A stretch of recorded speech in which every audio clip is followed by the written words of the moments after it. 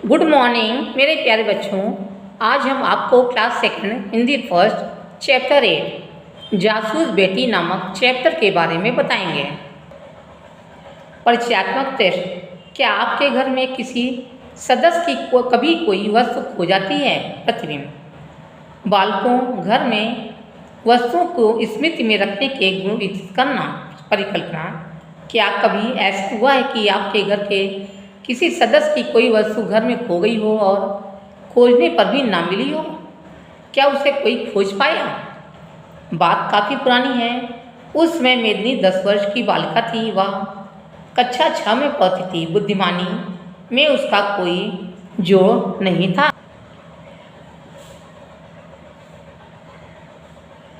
सभी उसकी बुद्धिमानी व दूरदर्शिता का लोहा मानते थे। अनेक कठिनाइयों का हल तो वह चुटकी बजाते ही खोज लेती थी। उसे पढ़ने लिखने का बहुत शौक था। कक्षा में वह सबसे बुद्धिमान बालिका मानी जाती थी। उसकी इच्छा थी कि बड़ी होकर वह जासूस बने और अपराधियों को पकड़कर दंडित करवाए। एक दिन प्रातः जब वह पढ़ रही थी, उसके पिता उसके पास आए और पूछने लगे, मेदिनी बेटी, क्या तुमने मेरा पेन लिया है? नहीं पापा, मेदिनी ने उत्तर दिया। तब पेन कहाँ चला गया? वे बोले। उन्हें पेन की अत्यंत आवश्यकता थी। उन्हें कुछ लिखना था।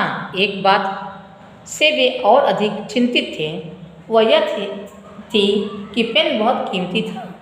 उन्होंने घर के प्रत्येक सदस्य से पेन के बारे में पूछताछ की, परंतु कुछ भी पता न चला। संध्या के समय जब मेदिनी पिता के साथ बैठी थी, नौकर बलराम, जो 18-20 वर्ष का युवक था, उसके लिए चाय और समोसे लेकर आया। बलराम जब उन्हें चाय समोसे परोसने लगा तो मेदिनी ने उससे पूछा, बलराम, तुम्हारी कमीज कहाँ है? वास्तव में बलराम उस समय कमीज पहने हुए नहीं था। उसने केवल बनियान पहन रखी थी। मैंने उसे धो दिया, बलराम ने जवाब दिया। फिर तुमने अपना बनियान क्यों नहीं धोया? मेदिनी ने प्रश्न किया। यह तो बहुत मैला है। बलराम बोला, मेरे पास अधिक समय नहीं था। अब तो तुम्हारी कमीज सूख गई होगी। मेदिनी ने फिर पूछा, जाओ और उसे पहनो। देखो, जो पेन तुमने उस कमीज की जेब में छिपाया था, उसे लाना न भूलना। यह सुनते ही बलराम डर गया।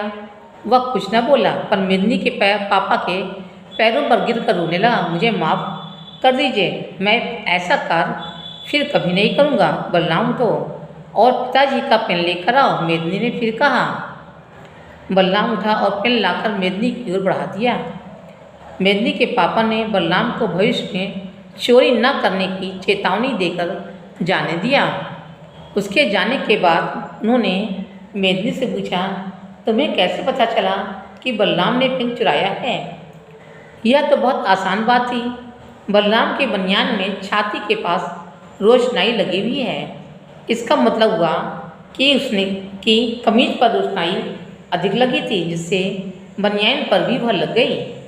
कमीज पर रोशनाई अधिक लगी थी, सो उसने उसे धो दिया, परंतु बनियान पर ध्यान नहीं दिया और पकड़ा गया। मेदिनी ने मुस्कुराते हुए कहा। पापा उसकी ओर प्रशंसा के भाव से देखकर मुस्कुराने लगे। उन्होंने वह पेन मेदिनी को पुरस्कार के रूप में दे दिया।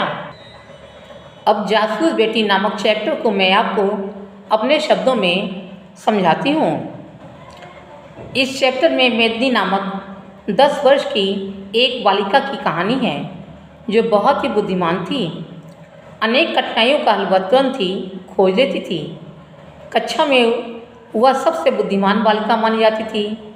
उसकी इच्छा थी कि वह बड़ी होकर जासूस बने और अपराधियों को दंडित करवाए।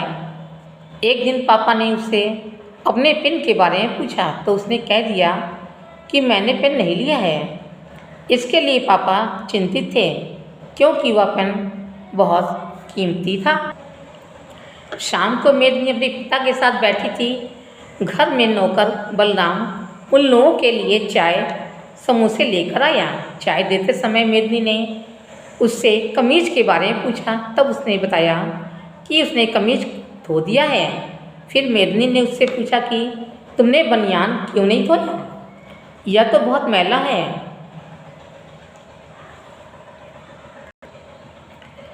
अब तो कमीज सूख गई होगी, जाओ उस कमीज को पहनो और जो पेन तुमने कमीज की जेब में छिपाया था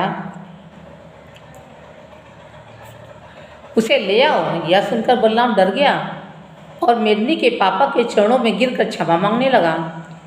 इस पर मेदिनी ने कहा कि बलराम उठो, जाओ और पिताजी का पेन लेकर आओ। बलराम उठा और पेन लाकर मेदिनी को दे दिया। मेदिनी के पापा ने बलराम को भविष्य में चोरी न करने की चेतावनी देकर उसे जाने दिया।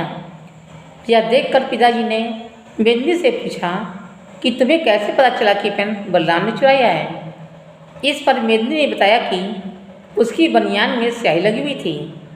पिताजी प्रसन्न होकर उसकी ओर देखकर मुस्कुराने लगे और वह पेन उन्होंने मेदिनी को पुरस्कार के रूप में दे दिया। इस चैप्टर का शब्दार्थ आप लोग अपनी नोटबुक में लिखेंगे। इसे आपको होमवर्क में दिया जा रहा है। आइए अब हम अभ्यास कार्य करते हैं। का सही विकल्प के आगे सही लगाइए। पहला, मेदिनी के पापा क्यों परेशान हो रहे थे? बा, उन्हें अपना पेन नहीं मिल रहा था, ये सही है।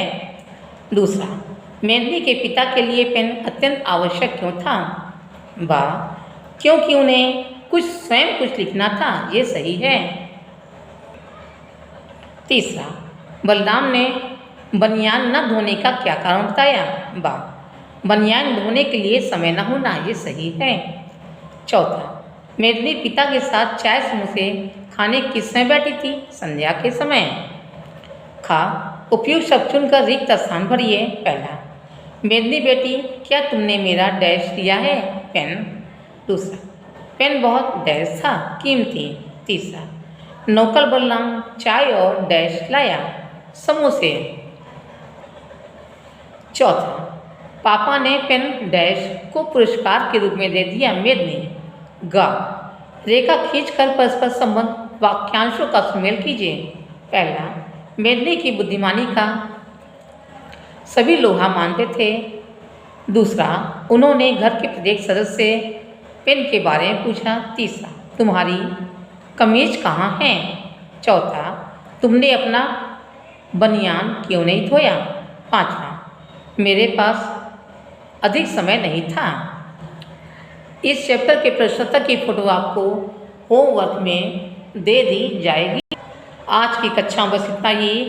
धन्यवाद।